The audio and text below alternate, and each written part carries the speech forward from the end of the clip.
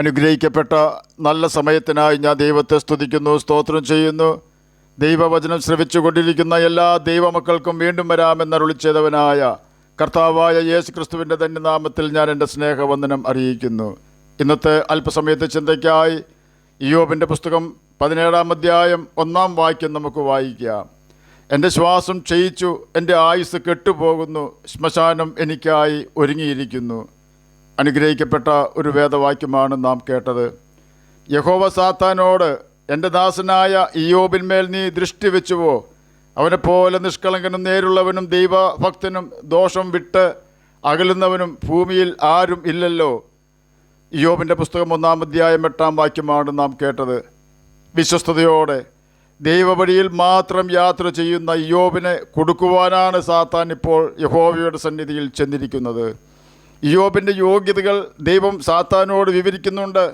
ഹൃദയത്തിൽ അകൃത്യം കരുതുകയോ ആരോടെങ്കിലും കൈപ്പായിരിക്കുകയോ ചെയ്യാത്ത വ്യക്തിയാണ് ഇയ്യോബ് എന്ന് ദൈവം സാത്താനോട് പറഞ്ഞു. രണ്ടാമത്തെ യോഗ്യത, ഇയ്യോബ് നേരുള്ളവനാണ് എന്ന് വെച്ചാൽ സത്യസന്ധത ഉള്ളവൻ ആണ് എന്ന് സാരം. ആരെയും വഞ്ചിക്കുകയോ മോഷ്ടിക്കുകയോ നുണ പറയുകയോ ചെയ്യാത്ത വ്യക്തിയാണ് ഇയ്യോബ് എന്ന് യഹോവ സാത്താനോട് പറഞ്ഞു. മൂന്നാമത്തെ യോഗ്യത, ഇയ്യോബ് ദൈവഭയമുള്ളവനാണെന്ന് യഹോവ സാത്താനോട് പറഞ്ഞു. നാലാമത്തെ യോഗ്യത, ദോഷം വിട്ട് അകലുന്നവനാണ് ഇയ്യോബ് എന്ന് യഹോവ സാത്താനോട് പറഞ്ഞു. ദൈവം ഇയ്യോബിന് കൊടുത്ത സാക്ഷ്യങ്ങളാണ് നാം ഇപ്പോൾ കേട്ടത്. ഇത്രയും യോഗ്യതകളാണ് ദൈവം ഇയ്യോബിൽ കണ്ടത്.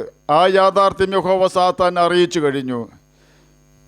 ഇയ്യോബ് ദൈവത്തിന് ബോധിച്ചവണ്ണം ജീവിച്ചിരുന്നതിനാൽ സാത്താൻ അവന് തൊടുവാൻ പോലും കഴിഞ്ഞിരുന്നില്ല. കാരണം തന്നെ അനുസരിക്കുന്നവർക്ക് ചുറ്റും കർത്താവ് വേലി കെട്ടുന്നത് കൊണ്ടാണിത്.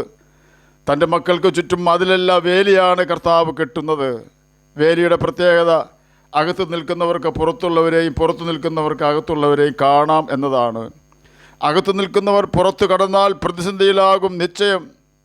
അപ്പോൾ തന്നെ പുറത്തു നിൽക്കുന്നവർക്ക് അകത്ത് കടക്കുവാൻ ദൈവം അനുവദിക്കുകയുമില്ല.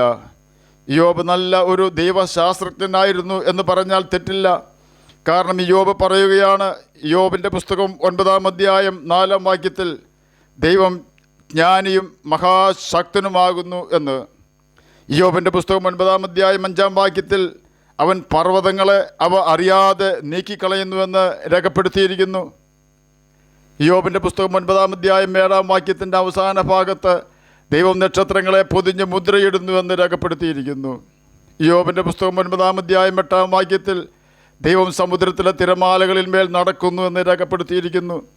പുതിയ നിയമത്തിൽ ശിഷ്യന്മാർ പോലും ഈ യാഥാർത്ഥ്യം ആദ്യം വേണ്ട വിധം മനസ്സിലാക്കിയില്ല.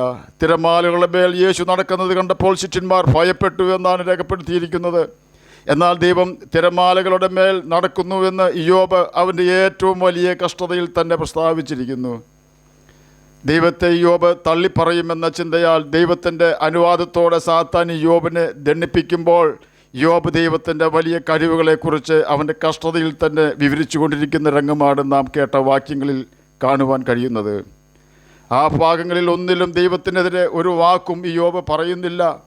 ദൈവത്തിന് മഹത്വം വരുവാൻ തക്കവണ്ണം അവൻ സംസാരിച്ചു.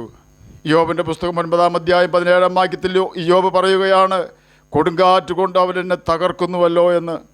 കഷ്ടത വരുമ്പോൾ കരയാത്തവർ ആരും കാണുകയില്ല. എന്തുകൊണ്ട് അപ്രകാരം പ്രതിസന്ധികൾ കടന്നു വരുന്നുവെന്ന് നാം ചിന്തിച്ച് ദൈവസന്നിധിയിൽ അഭയം പ്രാപിച്ചാൽ കർത്താവിൽ നമുക്ക് ആശ്വാസം കണ്ടെത്തുവാൻ കഴിയും.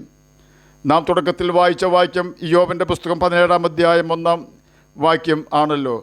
ശ്മശാനം എനിക്കായി ഒരുങ്ങിയിരിക്കുന്നു എന്നാണ് ഇയ്യോബ് ഈ വാക്യത്തിൽ വിളിച്ചു പറയുന്നത്.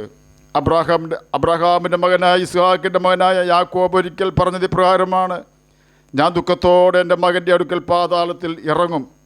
ഉൽപ്പത്തി പുസ്തകം 37-ാം അധ്യായം 35-ാം വാക്യത്തിൻ്റെ അവസാന ഭാഗത്താണ് ഇത് രേഖപ്പെടുത്തിയിരിക്കുന്നത്. എന്നാലും യാക്കോബാകട്ടെ ഇയ്യോബാകട്ടെ ദൈവത്തിനെതിരെ ആരോപണം ഉന്നയിച്ചില്ല.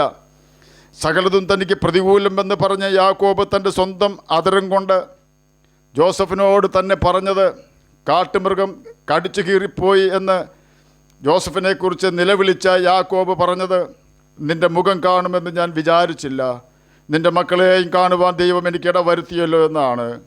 യോബിനെക്കുറിച്ച് രേഖപ്പെടുത്തിയിരിക്കുന്നത് അതിൻ്റെ ശേഷം ഇയ്യോബ് 140 സംവത്സരം ജീവിച്ചിരുന്നു. അവൻ മക്കളെയും മക്കളുടെ മക്കളെയും 4ാം തലമുറയോളം കണ്ടു എന്നാണ് ഇയ്യോബിൻ്റെ പുസ്തകം 42-ാം അധ്യായം 16-ാം വാക്യത്തിൽ ആണ് ഇത് രേഖപ്പെടുത്തിയിരിക്കുന്നത്. നമുക്കെതിരെ ആരെല്ലാം ശവക്കുഴി തുറന്നു വെച്ചാലും നാം ഭയപ്പെടേണ്ട. യെശയ്യാ പ്രവചനം 51-ാം അധ്യായം 14-ാം വാക്യത്തിൽ രേഖപ്പെടുത്തിയിരിക്കുന്നത് ഇപ്രകാരമാണ്: അവൻ കുണ്ടറയിൽ മരിക്കുകയില്ല എന്നല്ല, കുണ്ടറയിൽ കിടന്ന് മരിക്കേണ്ടി വരികയില്ല എന്നാണ് അവിടെ രേഖപ്പെടുത്തിയിരിക്കുന്നത്. എന്നെ കേൾക്കുന്ന പ്രിയ ദൈവമകനെ, ദൈവമകളെ, ഇയ്യോബ് അനുഭവിച്ച വേദനയും വ്യതയും നാം അനുഭവിക്കുന്നുണ്ടാവുകയില്ല. അവൻ അനുഭവിച്ച പ്രതിസന്ധികളായിരിക്കുകയില്ല നമ്മുടേത്. എങ്കിലും താങ്ങുവാൻ പറ്റാത്ത ഏതെങ്കിലും വിഷയത്തിൽ നാം സങ്കടപ്പെടുമ്പോൾ കാൽവരി ക്രൂശിലേക്ക് നാം ഒന്ന് നോക്കണം. ഒരു കാര്യം ഞാൻ ഉറപ്പു തരുന്നു: ക്രൂശ് ഒരിക്കലും അവസാനമല്ലായിരുന്നു. യേശുവിനെ തീർത്ത് കളയാമെന്ന് ചിന്തിച്ചിരുന്ന യഹൂദന്മാരും ന്യായശാസ്ത്രിമാരും പരീശന്മാരും മഹാപുരോഹിതന്മാരും ചിന്തിച്ചത് ഇതാൽ അവരുടെ എല്ലാ പ്രശ്നങ്ങളും തീർന്നു എന്നാണ്.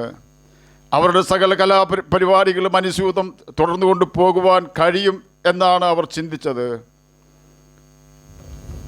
യേശുവിൻ്റെ ക്രൂശീകരണത്തിന് ശേഷം AD 70 വരെ മാത്രമേ യഹൂദന്മാർക്ക് യഹൂദ പ്രവിശ്യയിൽ താമസിക്കുവാൻ കഴിഞ്ഞുള്ളൂ. കർത്താവായ യേശു ക്രിസ്തു അവരോട് വാക്കും ഭാഷണവും കൂടാതെ പറയുകയാണ്: നിങ്ങളുടെ ഹൃദയത്തിൽ പല വിചാരങ്ങളുണ്ട്, യഹോവയുടെ ആലോചനയോ നിവൃത്തിയാകുമെന്ന്.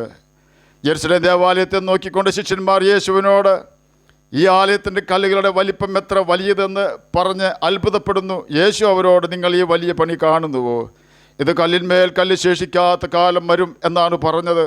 യേശു പറഞ്ഞ ആ ആലോചനയാണ് പിന്നീട് റോമൻ കൈസറായി തീർന്ന ടൈറ്റസ് എന്ന റോമൻ പട്ടാള മേധാവിയുടെ നേതൃത്വത്തിൽ യെരുശലേം പട്ടണവും ആലയവും ഉഴുതുമറിച്ച് യഹൂദന്മാരെ ലോകത്തിൻ്റെ നാനാഭാഗങ്ങളിലേക്ക് ചിഹ്നിച്ചു കളഞ്ഞത്. യേശുവിനെ ക്രൂശിക്കുവാൻ ഏൽപ്പിച്ചതിന് ശേഷം പിതാവ് പുത്രനെ ഉപേക്ഷിച്ച് പോവുകയല്ല ചെയ്തത്. ജോസഫിനെ തൻ്റെ പിതാവിൽ നിന്ന് അകറ്റിയത് അവൻ്റെ ദർശനം നിവൃത്തിയാകുവാൻ വേണ്ടിയായിരുന്നു. യോബിൻ്റെ പ്രതിസന്ധികൾക്ക് കാരണം സാത്താൻ്റെ മുമ്പിൽ തൻ്റെ മകനെ ആദരിക്കുന്നതിന് വേണ്ടിയായിരുന്നു. എന്നെ കേൾക്കുന്ന പ്രിയ ദൈവമകനെ, ദൈവമകളെ, നമ്മുടെ പ്രതിസന്ധികൾക്ക് ദൈവത്തിനൊരു ഉദ്ദേശമുണ്ടെന്ന യാഥാർത്ഥ്യം നാം മറന്നു പോകരുത്. നാം ഒന്ന് മാത്രം ചെയ്ത് കർത്താവിനായി കാത്തിരിക്കുക. നേരുള്ളവനും നിഷ്കളങ്കനും ദൈവഭയമുള്ളവനും ദോഷം വിട്ടകലുന്നവനും ആണെന്ന് ഉറപ്പുവരുത്തി ജീവിക്കുക. ദൈവം സകലതും നന്നായി ചെയ്യുന്നവനാണ്. നാളുകൾക്ക് ശേഷം നാം പുറകോട്ട് നോക്കുമ്പോൾ മനസ്സിലാകും അന്നത് സംഭവിച്ചത്. അന്ന് നമ്മുടെ ജീവിതത്തിൽ വലിയ കഷ്ടത അനുഭവിക്കേണ്ടി വന്നത് നന്മയ്ക്കായിരുന്നുവെന്ന്. ആകയാൽ ക്രൂശിക്കപ്പെട്ടവനായ കർത്താവായ യേശു ക്രിസ്തുവിനെ നോക്കി വിശ്വസ്തയോടെ നമുക്കും ലാക്കിലേക്ക് ഓടാം. കർത്താവിൻ്റെ കൽപ്പനകൾ പ്രമാണിച്ചുകൊണ്ട് നിത്യജീവൻ അവകാശികളായി തീരുകയും ചെയ്യാം. അതിന് കർത്താവ് നമ്മെ സഹായിക്കട്ടെ എന്ന് പ്രാർത്ഥിച്ചുകൊണ്ട് ഞാൻ എൻ്റെ വാക്കുകളിൽ നിന്ന് വിരമിക്കുന്നു. നമുക്ക് പ്രാർത്ഥിക്കാം. ഞങ്ങളെ സ്നേഹിക്കുന്ന സ്വർഗീയ പിതാവേ, നല്ല വചനത്തിനായി അങ്ങേ സ്തുതിക്കുന്നു, സ്തോത്രം ചെയ്യുന്നു. എന്നെ കേൾക്കുന്ന ഏതെങ്കിലും പ്രിയപ്പെട്ടവർ ജോലിയില്ലാതെ ഭാരപ്പെടുന്നുവെങ്കിൽ അങ്ങ് അവർക്ക് ജോലി കൊടുക്കണമേ. കടഭാരമുള്ളവരുടെ കടഭാരം മാറ്റി കൊടുക്കണമേ. സമാധാനമില്ലാത്തവർക്ക് സമാധാനം കൊടുക്കണമേ. പഠിക്കുന്ന കുഞ്ഞുങ്ങൾക്ക് പഠിക്കുവാനുള്ള ബുദ്ധിയും ജ്ഞാനവും ഓർമ്മശക്തിയും കൊടുക്കണമേ. പ്രാർത്ഥന കേട്ടതിനായി സ്തോത്രം. യേശുവിൻ്റെ നാമത്തിൽ തന്നെ ആമേൻ. കർത്താവ് എല്ലാവരെയും അനുഗ്രഹിക്കട്ടെ. സ്തോത്രം.